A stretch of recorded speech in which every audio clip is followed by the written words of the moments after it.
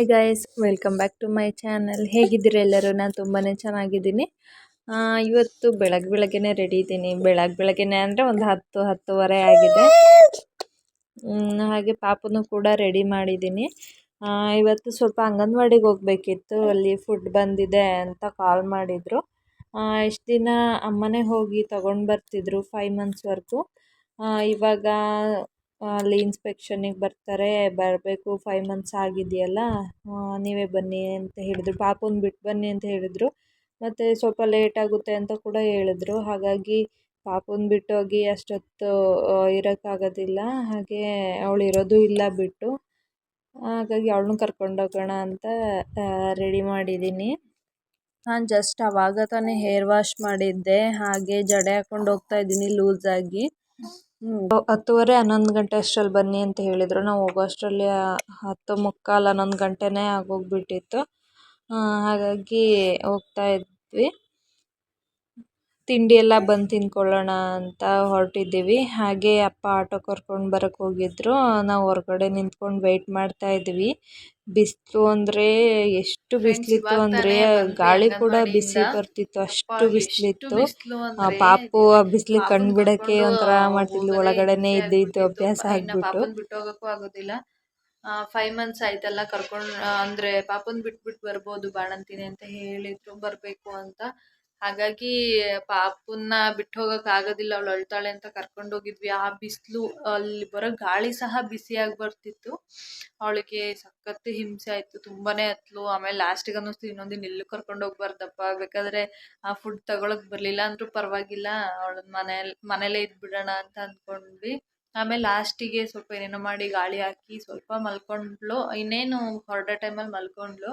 Almost ½ an hour continuous ಆಗಿ ಹತ್ತಿದ್ದಾಳೆ. ಹೀಗಾಗಿ ತೊಟ್ಲಲ್ಲಿ fan ಹಾಕ್ಬಿಟ್ಟು ಮಲಗಿಸ್ಬಿಟ್ಟಿದ್ದೀನಿ, ಹಾಲಲ್ಲೇ ಮಲಗಿಸಿದ್ದೀನಿ. ತುಂಬಾ ಸೆಕೆ ಈ ಬಿಸಿಲಲ್ಲಂತೂ. ಮಕ್ಕಳನ್ನ ಹೊರಗಡೆ ಕರ್ಕೊಂಡೋದ್ರೆ, ಅದರಲ್ಲೂ ಈ ಥರ ಚಿಕ್ಕ ಚಿಕ್ಕ ಮಕ್ಕಳನ್ನ ಕರ್ಕೊಂಡೋದ್ರಂತಪ್ಪ ದೇವ್ರೆ, ಅವ್ರನ್ನ ಸಮಾಧಾನ ಮಾಡೋ ಅಷ್ಟರಲ್ಲೇ ಸುಸ್ತಾಗಿ ಹೋಗ್ಬಿಡುತ್ತೆ. ಯಾಕಾದರೂ ಬಂದ್ವು ಅನ್ನಿಸ್ಬಿಡುತ್ತೆ. ನಮಗೆ ಅಷ್ಟು ಬಿಸಿಲು, ಅಷ್ಟು ಸೆಕೆ ಆಗ್ತಿರುತ್ತೆ. ಕಿರಿಕಿರಿ, ಮಕ್ಳಿಗೆ ಕಿರಿಕಿರಿ ಎಲ್ಲ ಆದರೆ ಸಕ್ಕತ್ ಹತ್ಬಿಡ್ತಾರೆ. ಮತ್ತು ಇನ್ನೊಂದೇನೆಂದರೆ, ನಾವು ಯಾವಾಗಲೂ ಅಲ್ಲೇ ವ್ಯಾಕ್ಸಿನೇಷನ್ ಅಂಗನವಾಡಿಲೇ ಹಾಕ್ಸೋಕೆ ಕರ್ಕೊಂಡೋಗೋದ್ರಿಂದ, ಮತ್ತು ಅವಳು ಅದಕ್ಕೂ ಅರ್ಧ ಎದ್ರು ಬಿಟ್ಲು, ಮತ್ತೆ ಇಲ್ಲಿ ಇಂಜೆಕ್ಷನ್ ಹಾಕ್ಸೋಕೆ ಕರ್ಕೊಂಬಂದಿದ್ದಾರೆ ಅಂತ. ಹಾಗಾಗಿ ಸಮಾಧಾನ ಮಾಡೋದೇ ದೊಡ್ಡ ಟಾಸ್ಕ್ ಆಗೋಗ್ಬಿಡ್ತು. ಇವಾಗ ಮನೆಗೆ ಕರ್ಕೊಂಡು ಬಂದಿದ್ದೀವಿ. ನಾವು ಇನ್ನೂ ಸಹ ತಿಂಡಿನೂ ಮಾಡಿಲ್ಲ. ಅಂದರೆ ಅವ್ರು ಬೇಗ ಬನ್ನಿ ಅಂತ ಹೇಳಿದರು, ಏನೋ ಇನ್ಸ್ಪೆಕ್ಷನ್ನಿಗೆ ಬರ್ತಾರೆ ಬನ್ನಿ ಅಂತ. ಹಾಗಾಗಿ ಹೋಗ್ಬಿಟ್ಟು ಬಂದ್ವಿ. ಇವಾಗ ತಿಂಡಿ ತಿನ್ನಬೇಕು. ಆಲ್ಮೋಸ್ಟ್ 12 ಗಂಟೆ ಆಗಿದೆ. ಅವ್ರು ಹೇಳಿದರು 10:30 ಅಷ್ಟರಲ್ಲಿ ಬನ್ನಿ ಅಂತ. ನಾವು 10:30 10:45 ಅಷ್ಟರಲ್ಲಿ ಹೋದ್ವಿ. ಅವರೆಲ್ಲ ಬರೋದೇ 11:30 11:45 12 ಗಂಟೆ ಆಗೋಯಿತು. ಇವಾಗ ಟೈಮು 12:45 ಆಗಿದೆ. ಅವರಲ್ಲಿಗೆ ಬರೋ ಅಷ್ಟರಲ್ಲೇ 12 ಗಂಟೆ ಆಗೋಗ್ಬಿಡ್ತು. ನಾವಿವಾಗ ಬ್ರಂಚ್ ಬ್ರೇಕ್ಫಾಸ್ಟ್ ಎಲ್ಲ ಬ್ರಂಚ್ ಮಾಡ್ಕೋಬೇಕು ಇವಾಗ. ನಾವು ಯಾವಾಗ ಅಂಗನವಾಡಿಗೆ ಹೋದ್ರು ಅವತ್ತು ನಮ್ಮ ಮನೇಲಿ ದೋಸೆನೇ ಆಗಿರುತ್ತೆ. ಇವತ್ತು ನಮ್ಮ ಮನೇಲಿ ದೋಸೆ ಹಾಕ್ಕೊಂಡು ತಿನ್ಕೋಬೇಕು. ಬೆಳಗ್ಗೆನೇ ಚಟ್ನಿ ಎಲ್ಲ, ಟೊಮೆಟೊ ಚಟ್ನಿ ಎಲ್ಲ ಅಮ್ಮ ಮಾಡಿಟ್ಬಿಟ್ಟು ಹೋಗಿದ್ವಿ. ತಿನ್ಕೊಂಡೇ ಹೋಗೋಣ ಅಂದ್ಕೊಂಡ್ವಿ, ಮತ್ತು ಲೇಟ್ ಆಗಿಬಿಡುತ್ತೆ ಅಂತ ಮಾಡಿಟ್ಬಿಟ್ಟು ಹೋದ್ವಿ. ಇವಾಗ ತಿನ್ಕೋಬೇಕು. ನಮಗೂ ಹೊಟ್ಟೆ ಹಸ್ವಾಗಿದೆ ಸಖತ್ತು. ಈ ಬಿಸಿಲಲ್ಲಿ ಬೇರೆ ಇನ್ನೂ ಸುಸ್ತಾಗೋಗ್ಬಿಟ್ಟಿದೆ ಹೋಗಿ ಬರೋ ಅಷ್ಟರಲ್ಲಿ. ಅಂಗನವಾಡಿ ಹತ್ರನೇ ಆಗಿದ್ರು, ನಡ್ಕೊಂಡು ಪಾಪನೆಲ್ಲ ಎತ್ಕೊಂಡು ಹೋಗೋಕ್ಕಾಗೋದಿಲ್ಲ ಅಂತ ಆಟೋದಲ್ಲೇ ಹೋಗಿ ಆಟೋದಲ್ಲೇ ಬಂದ್ವಿ. ಹಾಗಾದರೂ ತುಂಬಾ ಟಯರ್ಡ್ ಆಗಿಬಿಡುತ್ತೆ ಈ ಬಿಸಿಲಲ್ಲಿ. ಏನೋ ಗೊತ್ತಿಲ್ಲ, ನಡ್ಕೊಂಡು ಹೋಗಲಿಲ್ಲ ಅಂದರೂ ಸಖತ್ ಸುಸ್ತಾಗಿ ಹೋಗ್ಬಿಡುತ್ತೆ. ಯಾವುದೋ ಊರಿಗೆ ಹೋಗಿ ಬಂದಿದ್ದೀವೇನೋ ಅನ್ನೋ ಥರ ಫೀಲ್ ಆಗುತ್ತೆ. ಒಂದು 5 ಮಿನಿಟ್ಸ್ ಅಷ್ಟೇ, 5 ಮಿನಿಟ್ಸ್ ಆಟೋದಲ್ಲೆಲ್ಲ ಹೋದರೆ 5 ಮಿನಿಟ್ಸ್ ಆಗೋಗ್ಬಿಡುತ್ತೆ. ಆದರೂ ಸಖತ್ತು ಸುಸ್ತು. ಹೊರಗಡೆ ಹೋಗಿ ಬಂದರೆ ಅಭ್ಯಾಸ ಇಲ್ಲಲ್ಲ ಎಲ್ಲೋ ಅಷ್ಟು ಹೊರಗಡೆ ಹೋಗಿ. ಹಾಗಾಗಿ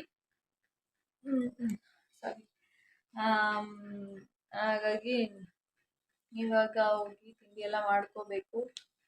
ನೋಡೋಣ. 2 ಡೇಸಿಂದ ಯಾವುದೇ ವ್ಲಾಗ್ ಸಹ ಮಾಡಿಲ್ಲ. ಯಾಕೋ ಮಾಡೋಕ್ಕೆ ಅಷ್ಟು ಇಂಟ್ರೆಸ್ಟ್ ಬರ್ತಿಲ್ಲ. ಯಾಕಂದರೆ ಯಾರು ನನ್ನ ವೀಡಿಯೋನೇ ನೋಡೋದಿಲ್ಲ ಗೈಸ್. ಎಷ್ಟು ಒಳ್ಳೆ ಕಂಟೆಂಟ್ ಕೊಟ್ಟರು. ಕಂಟೆಂಟ್ ಅಂದರೆ ನಾನು ಎಕ್ಸ್ಟ್ರಾ ಅಂಥದ್ದೇನು ಕೊಡಲ್ಲ, ಡೈಲಿ ವ್ಲಾಗೇ ಮಾಡೋದು. ಬಟ್ ರೀಚ್ ಆಗುತ್ತೆ, ಚೆನ್ನಾಗಿ ರೀಚ್ ಆಗ್ತಿದೆ. ಬಟ್ ಯಾರೂ ನೋಡ್ತಾನೇ ಇಲ್ಲ. ಹಾಗಾಗಿ ಮಾಡೋದಕ್ಕೆ ಒಂಥರ ಬೇಜಾರು. ನಿಮಗೆ ಏನು ಗೊತ್ತಾ, ನಿಮಗೆ ವಿಡಿಯೋ ಇಷ್ಟ ಆದರೆ ಲೈಕ್ ಮಾಡಿ, ಇಲ್ಲ ಡಿಸ್ಲೈಕ್ ಮಾಡಿ. ನೋಡ್ತೀರಲ್ವಾ, ಎರಡರಲ್ಲಿ ಯಾವುದಾದ್ರೂ ಒಂದಾದರೂ ಮಾಡಿ. ಅವಾಗ ನನಗೆ ಗೊತ್ತಾಗುತ್ತೆ, ಓ ಇಷ್ಟ ಆಗ್ತಿದೆ, ಇಷ್ಟ ಆಗಿಲ್ಲ ಅಂತ. ಬರೀ ನೋಡಿಬಿಟ್ಟು ಸುಮ್ಮನಾದರೆ, ಏನೊಂದು 10 ಸೆಕೆಂಡ್ 20 ಸೆಕೆಂಡ್ ಆ ಥರ ಎಲ್ಲ ನೋಡ್ಬಿಟ್ಟು ಸುಮ್ಮನಾದರೆ ನನಗೆ ಗೊತ್ತಾಗೋದಿಲ್ಲ ಇಷ್ಟ ಆಗ್ತಿದೆಯೋ ಇಲ್ವೋ ಅಂತ. ನಿಮ್ಗೆ ಇಷ್ಟ ಆಗಲಿಲ್ಲ ಅಂದರೆ ಪ್ಲೀಸ್ ಡಿಸ್ಲೈಕ್ ಆದರೂ ಮಾಡಿ. ನನಗೆ ಗೊತ್ತಾಗುತ್ತೆ ಇಷ್ಟ ಆಗ್ತಿಲ್ಲ, ಈ ಕಂಟೆಂಟ್ ಎಲ್ಲ ಇಷ್ಟ ಆಗ್ತಿಲ್ಲ, ಬೇರೆ ಥರ ವಿಡಿಯೋ ಮಾಡಬೇಕು ಅಂತ ನನಗೆ ಗೊತ್ತಾಗುತ್ತೆ.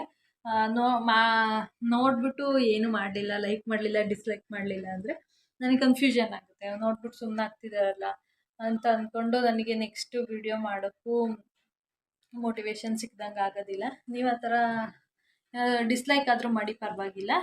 ನಾನು ಅದನ್ನು ಏನಾದರೂ ಇಂಪ್ರೂವ್ಮೆಂಟ್ ಮಾಡ್ಕೋಬೇಕು ಅಂತ ಇದ್ದರೆ ಕಮೆಂಟ್ ಮಾಡಿ ತಿಳಿಸಿ. ನಾನು ಅದನ್ನು ನೆಕ್ಸ್ಟ್ ವಿಡಿಯೋದಲ್ಲೆಲ್ಲ ಇಂಪ್ರೂವ್ ಮಾಡ್ಕೋತೀನಿ. ನಾನು ನನ್ನ ಹಸ್ಬೆಂಡ್ ಬರೋಷ್ಟರಲ್ಲಿ 500 ಸಬ್ಸ್ಕ್ರೈಬರ್ನ ರೀಚ್ ಮಾಡ್ತೀನಿ ಅಂತ ಚಾಲೆಂಜ್ ಮಾಡಿಬಿಟ್ಟಿದ್ದೀನಿ. ಪ್ಲೀಸ್ ನನ್ನನ್ನು ಗೆಲ್ಲಿಸಿ. ಅವ್ರು ಅದೇ ಹೇಳ್ತಿದ್ರು, ಒಂದು ವರ್ಷದಿಂದ ಅದು ಇದು ಅಂದ್ಕೊಂಡಿದ್ಯಾ, ಇನ್ನು 250 260 ಇದೆಯಾ, ಸುಮ್ಮನೆ ಆಗಲ್ವೇನೋ ನನ್ನ ಕೈಲಿ, ಹಾಗೆ ಹೀಗೆ ಅಂತಿದ್ರು. ಒಂದು 500 ಆದರೂ ಮಾಡ್ತೀನಿ ಅಂತ ಹೇಳಿದ್ದೀನಿ. ಪ್ಲೀಸ್ ಸಪೋರ್ಟ್ ಮಾಡಿ ಆಯಿತಾ. ಇನ್ನು ನೆಕ್ಸ್ಟು ಅವ್ರು ಬಂದಮೇಲೆಲ್ಲ ಬರೋ ವೀಡಿಯೋಸು ತುಂಬ ಎಂಟರ್ಟೈನಿಂಗ್ ಆಗಿರುತ್ತೆ. ಹಾಗೆ ಸ್ವಲ್ಪ ಟ್ರಾವೆಲಿಂಗ್ ವ್ಲಾಗ್ಸ್ ಕೂಡ ಇರುತ್ತೆ. ಹಾಗಾಗಿ ನೀವು ಸಪೋರ್ಟ್ ಮಾಡಬೇಕು ಪ್ಲೀಸ್. ನೀವು ಸಪೋರ್ಟ್ ಮಾಡಿದ್ರೆ ನನಗೆ ಚೆನ್ನಾಗಿರೋ ವ್ಲಾಗ್ಸ್ ಮಾಡೋಕ್ಕೆ ಇಂಟ್ರೆಸ್ಟ್ ಕೂಡ ಬರುತ್ತೆ, ಮೋಟಿವೇಶನ್ ಸಿಕ್ದಂಗೆ ಆಗುತ್ತೆ. ಸರಿ, ಜಾಸ್ತಿ ಮಾತಾಡಿದ್ದೇ ಆಗೋಯಿತು. ನೆಕ್ಸ್ಟ್ ವಿಡಿಯೋ ಹೇಗೋಗುತ್ತೆ, ಇವತ್ತಿನ ದಿನ ಹೇಗಿರುತ್ತೆ ಅಂತ ನಿಮ್ಮ ಜೊತೆ ಶೇರ್ ಮಾಡ್ಕೊತೀನಿ. ಈ ವ್ಲಾಗ್ನ ಕೊನೆವರೆಗೂ ನೋಡಿ.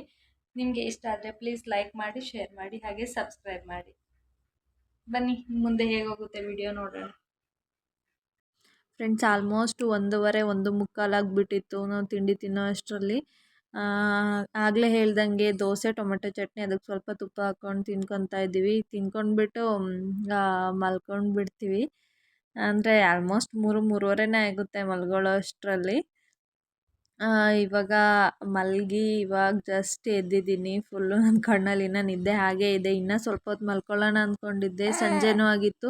ಅಷ್ಟರಲ್ಲಿ ಪಾಪುನೂ ಎದ್ಬಿಟ್ಲು. ಹಾಗಾಗಿ ಎದ್ದೆ. ನಾನು 1 ಅವರ್ 1.5 ಅವರ್ ಅಷ್ಟೇ ನಿದ್ದೆ ಮಾಡಿದ್ದು. ಪಾಪು ಮಧ್ಯೆ ಎದ್ದೇಳ್ತಾನೆ ಇದ್ಲು. ಹಾಗಾಗಿ 1.5 ಅವರ್ ನಿದ್ದೆ ಮಾಡಿದೆ. ಈಗ ಮಧ್ಯಾಹ್ನದ ಹೊತ್ತು 1.5 ಅವರ್ ಟೈಮ್ ಸಿಕ್ಕಿದೆ, ದೊಡ್ಡ ವಿಷಯ ಅಂತ ಹೇಳ್ಬೋದು. ಅವಳು ಯಾವಾಗಲೂ ಆಟ ಆಡ್ತಿರ್ತಾಳೆ. ಅವಳು ಏನಂದರೆ ನಾವು ಮಲ್ಕೊಂಬಿಟ್ರೆ ತಕ್ಷಣ ಎದ್ಬಿಡ್ತಾಳೆ. ಅವಳೊಬ್ಬಳೇ ಮಲ್ಕೊಂಡ್ರೆ ತುಂಬ ಹೊತ್ತು ಮಲ್ಕೊತಾಳೆ. ಹಾಗಾಗಿ ನಾನು ಇವಾಗ ಎದ್ದೆ. ನೀವು ಈ ಡ್ರೆಸ್ನ ನೋಡ್ಬೋದು, ತುಂಬ ಜನದ ಹತ್ರ ಇರುತ್ತೆ. ಇದು ಎಂತ ತುಂಬಾ ಕಮ್ಮಿ ರೇಟು, ಮೀಶೋದಲ್ಲಿ ಅನಿಸುತ್ತೆ. ಎಲ್ಲರೂ ತರಿಸ್ತಾರಲ್ಲ, ಕಾಂಬೋ ಇತ್ತು. ಹೇಗಿರುತ್ತೆ ನೋಡೋಣ ಕ್ವಾಲಿಟಿ ಅಂತ ತೊಗೊಂಡಿದ್ದು. ಇದು ತೊಗೊಂಡು ಆಲ್ಮೋಸ್ಟ್ 1 ಇಯರ್ ಮೇಲೆ ಆಯಿತು. ಅಷ್ಟು ಹಾಕೇ ಇಲ್ಲ, ಸುಮ್ಮನೆ ಹಾಗೇ ಇಟ್ಟಿದ್ದೆ. ಸಂಜೆ ಆಗಿದ್ದರಿಂದ ಸ್ವಲ್ಪ ಗಾಳಿ ತಣ್ಣಗೆ ಬೀಸ್ತಿತ್ತು. ಪಾಪುನು ಸ್ವಲ್ಪ ಹೊರಗಡೆ ಕರ್ಕೊಂಡು ಹೋಗೋಣ, ಬೆಳಗ್ಗೆಯಿಂದ ಒಳಗೆ ಇದ್ದಾಳೆ ಅಂತ.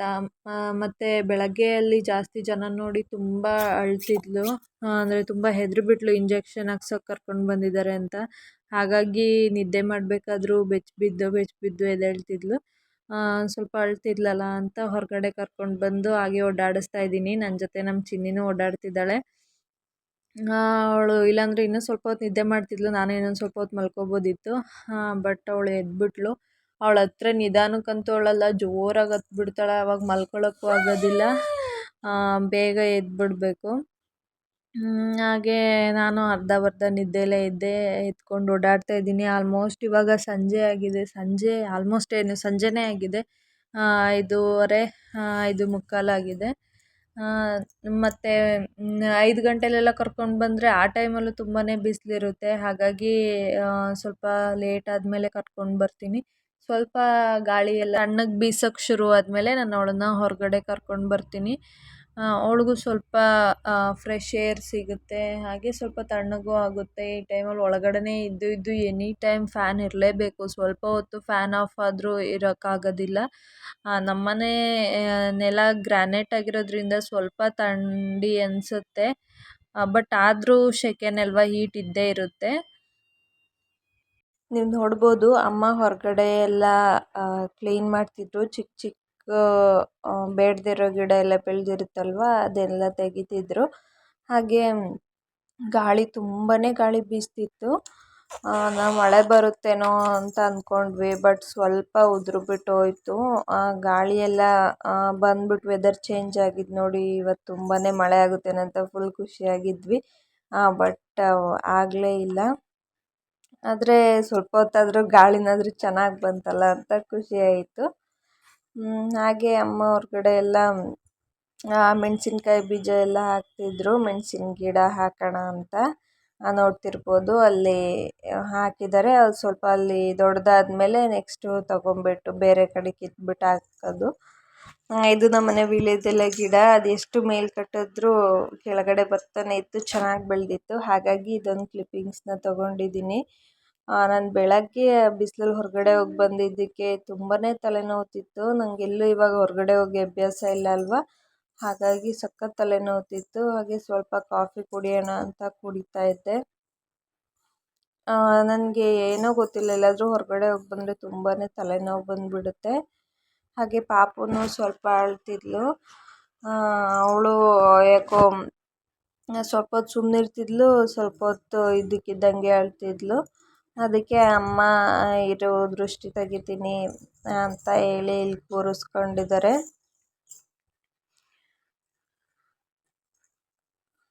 ಅವಳು ಗೊಂಬೆನ ಹಿಡ್ಕೊಂಡು ಆಟ ಆಡ್ತಾ ಇದ್ದಾಳೆ. ಇವಾಗ ಅದು ಎಲ್ಲೇ ಇದ್ದರೂ ಗೊಂಬೆಗಳಿಗೆ ಯಾವುದೇ ವಸ್ತು ಆಗಲಿ ಅವಳೇ ತಗೊಳಕ್ಕೆ ಟ್ರೈ ಮಾಡ್ತಾಳೆ, ತಗೊತಾಳೆ. ಅವಳಿಗೆ ಕೈಗೆಲ್ಲ ಎಟಕ್ಸಂಗಿದ್ರೆ ಮುಂದೆ ಮುಂದೆ ಹೋಗಿ ಸ್ವಲ್ಪ ತಗೊತಾಳೆ. ಇವಾಗ ನೋಡ್ತಿರ್ಬೋದು ಅಮ್ಮ ಇವಾಗ ಕಡ್ಡಿಲಿ ದೃಷ್ಟಿ ತೆಗಿತಾ ಇದ್ದಾರೆ. ಇಲ್ಲಾಂದರೆ ಅಳು ನಿಲ್ಲಿಸೋದೇ ಇಲ್ವೇನೋ ಅಂತ ಇದೊಂದು ನಂಬಿಕೆ ಅಲ್ಲ, ಇದು ತೆಗೆದ್ರೆ ದೃಷ್ಟಿ ಎಲ್ಲ ಹೋಗ್ಬಿಡುತ್ತೆ ಅಂತ. ಹಾಗಾಗಿ ದೃಷ್ಟಿ ಎಲ್ಲ ತೆಗೆದಾಯ್ತು. ನಾವು ಊಟ ಮಾಡಿ ಮಲ್ಕೊಳ್ಳೋಣ ಅಂತ ಬಂದ್ವಿ. ನಾವು ಊಟ ಮಾಡೋವರೆಗೂ ಮಲ್ಕೊಂಡಿದ್ಲು. ನಾವು ಮಲ್ಕೊಳ್ಳೋಣ ಅಂತ ಬಂದಾಗ ಎದ್ಲು. ನೈಟ್ 2 ಗಂಟೆ 3 ಗಂಟೆ ಆಯಿತು, ಮಲ್ಕೊಳ್ಳೇ ಇಲ್ಲ ಇವತ್ತು. ಇದು 2 ಗಂಟೆಯಲ್ಲಿ ಅಮ್ಮ ಎತ್ಕೊಂಡು ಮಾತಾಡಿಸ್ಕೊಂಡು ಅವಳನ್ನ ನಿದ್ದೆ ಮಾಡ್ಸೋಕ್ಕೆ ಟ್ರೈ ಮಾಡ್ತಿದ್ರು, ಬಟ್ ಹಂಗಾದ್ರೂ ನಿದ್ದೆ ಮಾಡಲಿಲ್ಲ. 2:30 3 ಗಂಟೆ ಆಗೇ ಹೋಯಿತು. ಆದರೂ ಅವಳು ಮಲ್ಗೋಕ್ಕೆ ರೆಡಿನೇ ಇರಲಿಲ್ಲ. ಎಷ್ಟು ತೂಗಿದ್ರು, ಎಷ್ಟು ಆಟ ಆಡಿಸಿದ್ರು, ಟಾಯ್ಸ್ ಎಲ್ಲ ಕೊಟ್ಟು ಆಟ ಆಡಿಸಿದ್ವಿ, ಹಾಗಾದ್ರೂ ಅವಳು ನಿದ್ದೆನೇ ಮಾಡ್ತಿರ್ಲಿಲ್ಲ. ಎತ್ಕೊಂಡು ಈ ಥರ ತೂಗಕ್ಕೆ ಹೋದ್ರೂ ನಿದ್ದೆ ಮಾಡ್ತಿರ್ಲಿಲ್ಲ. ಅವಳಿಗೆ ಒಂದು ಸ್ವಲ್ಪ ನಿದ್ದೆ ಬಂದರೆ ಈ ಥರ ಸ್ವಲ್ಪ ತೂಗಿದ್ರೆ ಸಾಕು, ನಿದ್ದೆ ಮಾಡಿಬಿಡ್ತಾಳೆ. ಫ್ರೆಂಡ್ಸ್, ಇದು ನನ್ನ ಇವತ್ತಿನ ವ್ಲಾಗ್ ಆಗಿತ್ತು. ಈ ವ್ಲಾಗ್ ನಿಮಗೆ ಇಷ್ಟ ಆದರೆ ಪ್ಲೀಸ್ ಲೈಕ್ ಮಾಡಿ, ಶೇರ್ ಮಾಡಿ, ಹಾಗೆ ಸಬ್ಸ್ಕ್ರೈಬ್ ಮಾಡಿ. Thank you for watching.